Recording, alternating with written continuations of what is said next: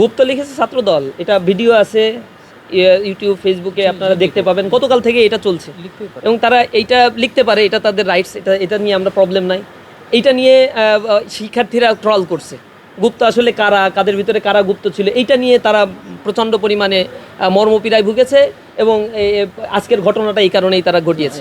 দ্বিতীয় হচ্ছে ছাত্র দলের ডাবল স্ট্যান্ডার্ড নীতি সবসময় আছে, নিজেরা হামলা করে আবার নিজেরাই দায় চাপাইয়ে তারা হচ্ছে মিছিল করছে। এগুলো ঢাকা বিশ্ববিদ্যালয়ে আপনারা দেখছেন, কিছু হইলেই কোনো কথা ছাড়াই হচ্ছে ছাত্র শিবিরের উপর দায় চাপাই দাও।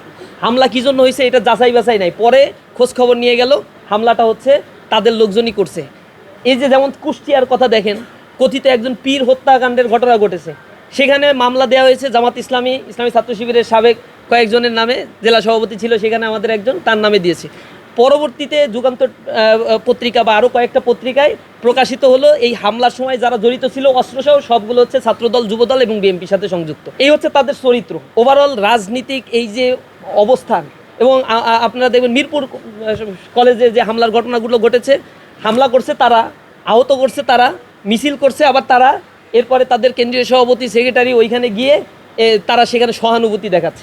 এটা হচ্ছে তাদের নোংরা রাজনীতি। এগুলা এখন জনগণ বুঝে, সোশ্যাল মিডিয়ার কল্যাণে, মাল্টিমিডিয়ার কল্যাণে সবার কাছে সব কিছুই পরিষ্কার অবস্থায় আছে। সুতরাং তাদেরকে বলবো এই অপরাজনীতি থেকে তাদেরকে বের হয়ে আসতে হবে এবং অনতিবিলম্বে বের হওয়ার জন্য আহ্বান জানাই।